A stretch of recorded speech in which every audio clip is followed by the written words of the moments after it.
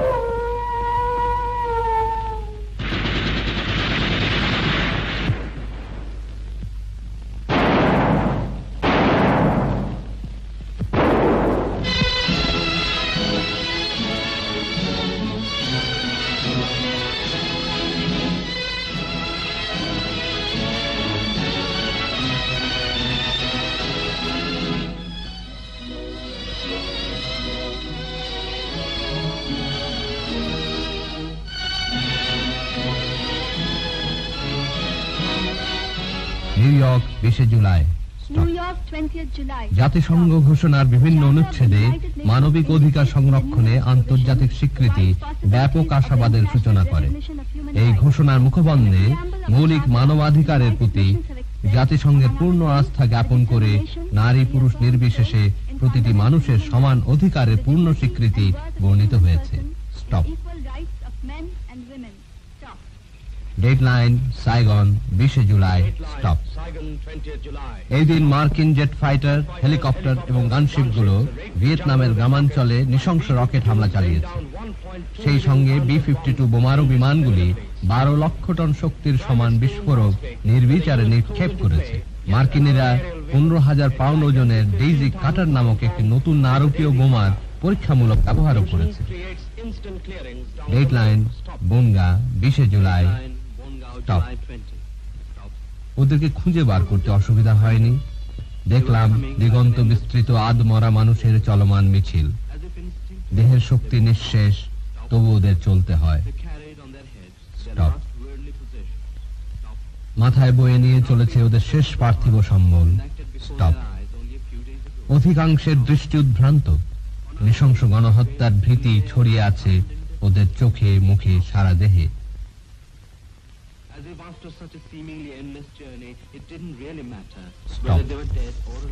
আবার কারো কারো মুখ পাথরের মতো স্থবির, ভাবলেশহীন, যেন এই নিরন্তর পথ চলার শেষে বেঁচে থাকা বা মরে যাওয়ার মধ্যে কোনো পার্থক্য নেই।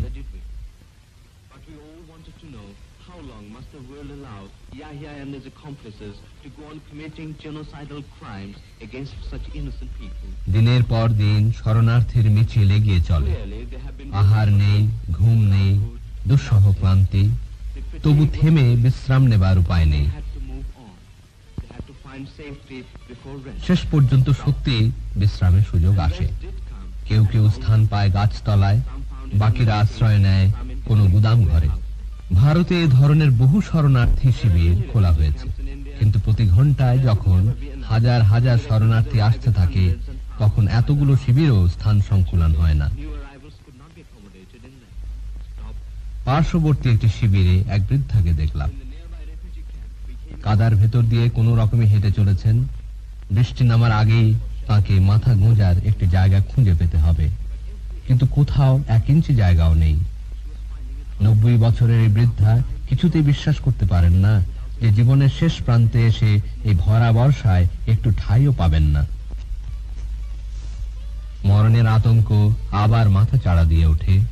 সুদূর বাংলাদেশে বাপ দাদার ভিটে বাড়ি ছেড়ে এত দীর্ঘ পথ হেঁটে এসে শেষ পর্যন্ত এভাবে মরতে হবে।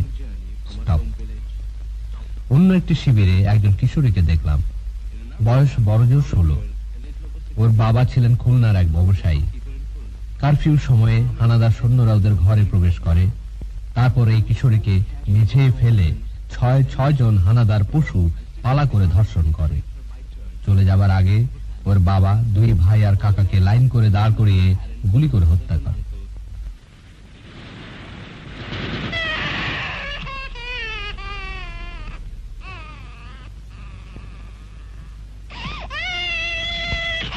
ইয়াহিয়া খান বাংলাদেশে যে হত্যাকাণ্ড চালিয়েছে তা নাদের শাহ নৃশংসতাকেও হার মানিয়েছে। বাংলাদেশে নারী নির্যাতনে ইয়াহিয়া খান তৈমুল্লংকেও লজ্জা দিয়েছে। বাংলাদেশে লুটপাট, বাড়িঘরে আগুন লাগিয়ে ধ্বংস করা পোড়ামাটি নীতিতে ইয়াহিয়া খান গজনির সুলতান মাহমুদকেও ছাড়িয়ে গেছে। বাংলাদেশ নিধনে ইয়াহিয়া খান মুসলিনীকেও হার মানিয়েছে। ইয়াহিয়া খান হার মানিয়েছে হিটলারকেও।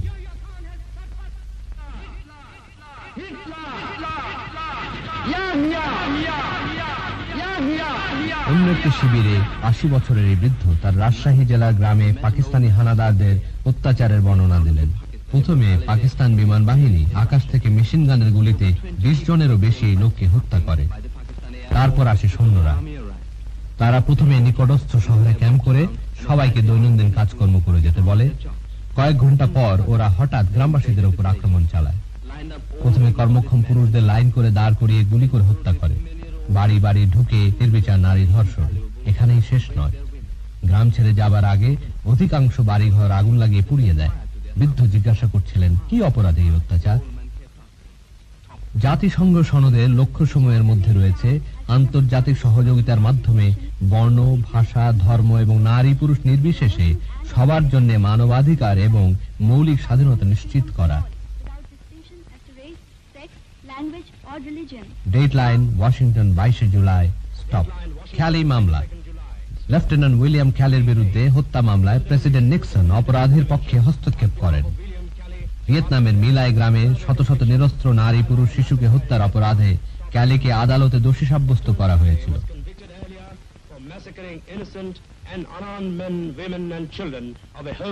এরকম শত শত মিলাই ধরনের হত্যাকাণ্ড হয়েছে বাংলাদেশে। বিনোদ বিহারী এমনই এক হত্যাযজ্ঞের প্রত্যক্ষ সাক্ষী।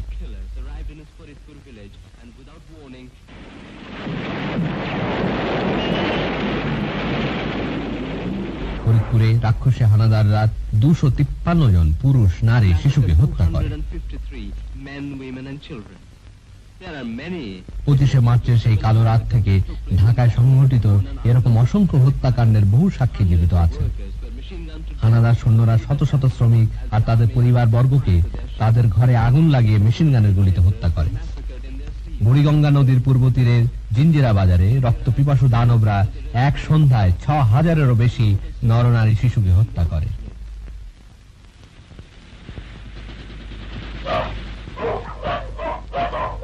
সভ্যতার আদালতে এই হৃদয়হীন পাষণ্ডদের বিচার কি কোনোদিনই হবে না?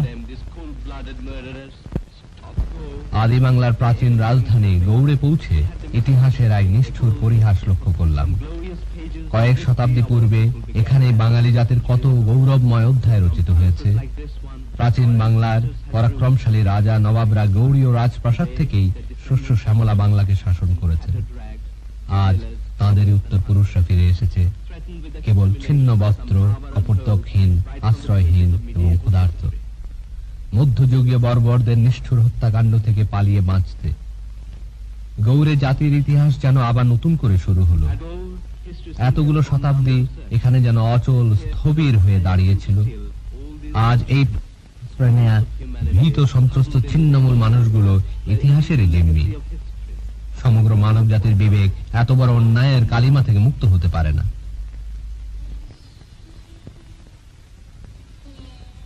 এই অবিশ্বাস্য হত্যাকাণ্ড ঘটেছে এমনই এক সময়ে যখন মানব সভ্যতা উন্নতির চরম শিখরে পৌঁছেছে বলে দাবি করছে। মানুষের পৃথিবী ছেড়ে চন্দ্রে অবতরণের পর স্বপ্ন দেখছিলাম যে মানুষের বিরুদ্ধে মানুষের অন্যায়, অত্যাচার, অনাচার শিগগিরই প্রাচীন ঘটনা বলে চিহ্নিত হবে। কিন্তু রক্ত পিপাসু পাকিস্তানি দানবদের তাণ্ডব নৃত্য সব স্বপ্ন ধুলায় মিশিয়ে দিল। সবচেয়ে অবিশ্বাস্য ব্যাপার এই যে এমন বর্বরতা অনুষ্ঠিত হচ্ছে প্রকাশ্যে, অথচ মানবাধিকার সংরক্ষণের দায়িত্বে নিয়োজিত আন্তর্জাতিক সংস্থাটি এখনো এর নীরব দর্শক। আষাঢ় পেরিয়ে শ্রাবণ এলো, এলো বৃষ্টি আর বৃষ্টি। কিন্তু পাকিস্তানি বর্বরতার তুলনায় বর্ষার কষ্ট শরণার্থীদের কাছে তুচ্ছ বলে মনে হয়। পথ চলা বন্ধ হয় না। অসংখ্য নির্যাতিতের মিছিল, অন্তহীন মিছিলটি দেখতে দেখতে মনে কত না প্রশ্ন জাগে। কি এদের অপরাধ? রাজনীতির অলিগলির সাথে এদের কি বা পরিচয় যে এমন চরম শাস্তির শিকার হতে হবে? কোন জাতি বা মানব গোষ্ঠীকে তাদের প্রিয় ব্যক্তির পক্ষে ভোট দেওয়ার অপরাধে কোন কালে কি এমন চরম মূল্য দিতে হয়েছে?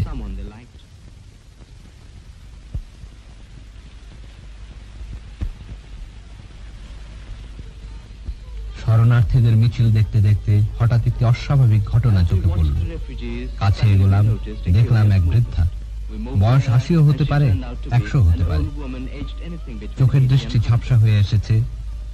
হাতের এই লাঠির সাহায্যে ইনি কেমন করে যেন দিক নির্ণয় করে পথ চলতে পারেন। কানে খুব একটা শুনতে পান না। কিছুক্ষণ প্রশ্ন করার পর মনে হলো বুঝতে পারছেন, কিন্তু বারবার তার উত্তর একটাই, সব গেছে, কেউ নেই, কিছু নেই।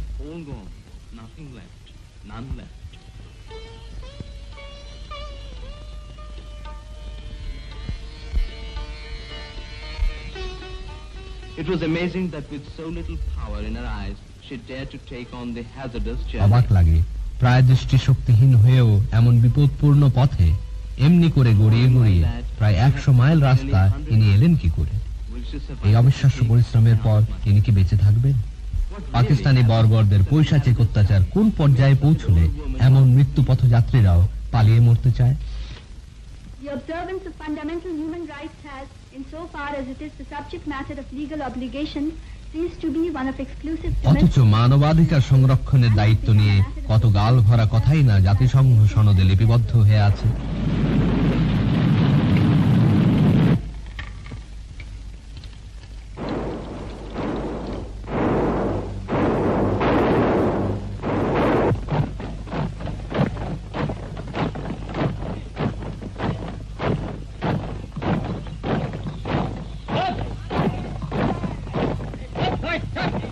We had arrived at a Liberation Army training camp. We entered the liberated area of Bangladesh. একদিন মুক্তি বাহিনীর একটি ট্রেনিং ক্যাম্পে পৌঁছলাম। কয়েকদিন পূর্বেই আমরা বাংলাদেশের মুক্তাঞ্চলে প্রবেশ করেছিলাম। সেদিনের আবহাওয়া ছিল চমৎকার। আম, জাম, কলা গাছ আর পালছাড়ের ফাঁক দিয়ে সূর্যের আলো ছড়িয়েছিল সর্বত্র। পাখির কলরবে চারিদিক ছিল মুখর। গ্রাম বাংলার সেই চিরন্তন ছায়া ঘেরা শান্তিময় রূপ দেখে ক্ষণিকের জন্য হলেও ভুলে যেতে চাইলাম সারা দেশে চলমান রক্তক্ষয়ী যুদ্ধের উপস্থিতি। এক সময় হঠাৎ আমরা সর্বপ্রথম একদল মুক্তিযোদ্ধাকে দেখতে পেলাম। ক্ষুদ্র সশস্ত্র দলটি সম্ভবত কোনো অপারেশন শেষে ঘাঁটিতে ফিরছিল। সুন্দর প্রকৃতির মাঝে দলটির উপস্থিতি মোটেই বেমানান মনে হল না। কিছুক্ষণ পর তারা দৃষ্টির আড়াল হতে আমরা গন্তব্যের উদ্দেশ্যে রওনা হলাম। কয়েক মাইল হাঁটার পর একটি বড় নদী পার হলাম। ঘণ্টাখানেক পরে একটি বিরাট বট গাছ পাশ কাটিয়ে এগোতেই একদল সশস্ত্র গেরিলা আমাদের চ্যালেঞ্জ করলেন। পরিচয়পত্র পরীক্ষার পর সন্তুষ্ট হয়ে স্বাগত জানালেন এবং প্রায় ৩০ মাইল দূরে অবস্থিত একটি মুক্তিবাহিনী ক্যাম্পে পৌঁছে দেবার প্রস্তাব করলেন। সাধারণ গ্রামীণ মানুষের মতো এদের সবারই পরনে ছিল লুঙ্গি আর গেঞ্জি। হাতে রাইফেল। একটানা 3 ঘন্টা চলার পর হঠাৎ জঙ্গলের এক খোলা জায়গায় কতগুলো তাঁবু দেখতে পেলাম। আশেপাশের জঙ্গলে ক্যাম্পের গার্ডরা লুকিয়ে থাকে বলে খুব সাবধানে এগোতে হলো, নতুবা আচমকা গুলিবিদ্ধ হবার ভয়। ক্যাম্প কমান্ডান্ট ছিলেন দুর্ধর্ষ বেঙ্গল রেজিমেন্টের একজন মেজর, গেরিলা যুদ্ধ প্রক্রিয়ায় বিশেষ ট্রেনিং প্রাপ্ত। আমরা তো এই যুদ্ধ চাইনি, এই যুদ্ধ আমাদের উপর চাপিয়ে দেওয়া হয়েছে। আমরা কেবল চেয়েছিলাম জনগণের গণতান্ত্রিক অধিকারকে প্রতিষ্ঠিত করতে, কিন্তু ইয়াহিয়া খান এবং তার সৈন্যরা আমাদের সাথে কুকুর বেড়ালের মতো ব্যবহার করতে লাগলো। আমাদের নাকি যুদ্ধ পরিচালনার মতো প্রস্তুতি নেই। নিশ্চয়ই আছে, কারণ আমাদের আছে প্রবল আত্মিক সাহস। আমাদের যুদ্ধ করতেই হবে, যুদ্ধ আমরা করবই, বিজয় নিশ্চয়ই ছিনিয়ে আনব। আমাদের যোদ্ধাদের প্রশিক্ষণ অপর্যাপ্ত হতে পারে, কিন্তু জয়ী হবার দুর্বার আগ্রহে তারা সবকিছু দ্রুত শিখে নিচ্ছে। সেদিন ক্যাম্পটিকে ভীষণ কর্মব্যস্ত দেখলাম। বুঝতে পারলাম যে পাকিস্তানি ভাড়াটে সৈন্যরা এইসব মুক্তি পাগল তরুণ সিংহদের সামনে কোনো প্রতিযোগিতাই নয়, কারণ মুক্তিযোদ্ধারা যে কোনো মূল্যে মাতৃভূমি স্বাধীন করতে দৃঢ় প্রতিজ্ঞ।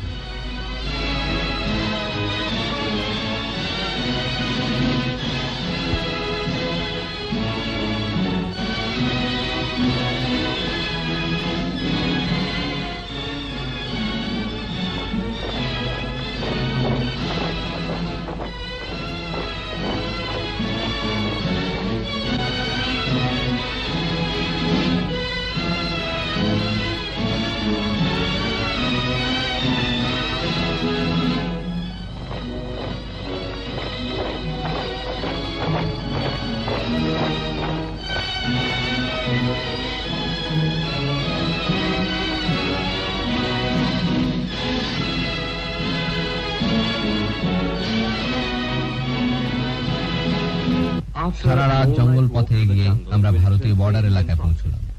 মেঘলা দিনে আবার সেই শিবিরে গিয়ে একজন নবাগতকে দেখতে পেলাম। মেয়েটির বয়স বড়জোর 11, নীরবে কাঁদছিল। কোথা থেকে কেমন করে সে এসেছে কেউ জানে না, কোনো কথা বলছে না। সে কি হিন্দু না মুসলমান, খ্রিস্টান না বৌদ্ধ? হাত ধরে কাছে টেনে ওকে কথা বলাবার চেষ্টা করলাম বারবার। একবার মনে হলো কিছু বলবে, ঠোঁট কেঁপে উঠল। হয়তো এবার কথা বলবে। আবার জিজ্ঞেস করলাম, তোমার নাম কি? মনে হলো উত্তর দেবে। আবার জিজ্ঞেস করলাম, তোমার নাম কি? কোথায় তোমার বাড়ি? কোথা থেকে এসছো? তোমার নাম কি?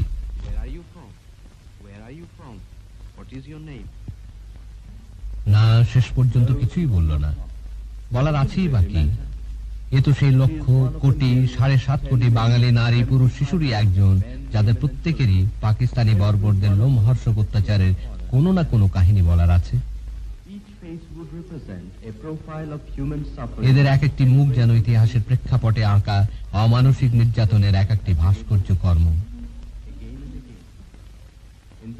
যুগ যুগ ধরে ইতিহাস একই ঘটনার সাক্ষী, বারংবার দেখেছে ফরাসি বিপ্লবে, ফ্রাঙ্কোর স্পেনে, হিটলারের আউশভিটস ও বুকেনভাল্ড চুল্লিতে, আলজেরিয়ায়, প্যালেস্টাইন, দক্ষিণ আফ্রিকা, কঙ্গো, হেইতি আর ভিয়েতনামে। বাঙালি জাতির এই বীর্যবান প্রতিরোধও কোনো বিচ্ছিন্ন ঘটনা নয়। বিশ্বজুড়ে মেহনতি নারী পুরুষ নিজ ভবিষ্যৎ গড়ার গণতান্ত্রিক অধিকার সুরক্ষিত করতে যে সংগ্রাম নিরন্তর চালিয়ে যাচ্ছে, বাঙালির এই মুক্তিযুদ্ধ তারই অবিচ্ছেদ্য অঙ্গ। তাই আন্তর্জাতিক ভ্রাতৃত্ব ও সংহতির স্বার্থে পৃথিবীর সকল মুক্তিকামী মানুষের নৈতিক দায়িত্ব হচ্ছে বাংলাদেশের সংগ্রামী মানুষের পাশে এসে দাঁড়ানো। গণহত্যা বন্ধ করো। Stop genocide. Stop.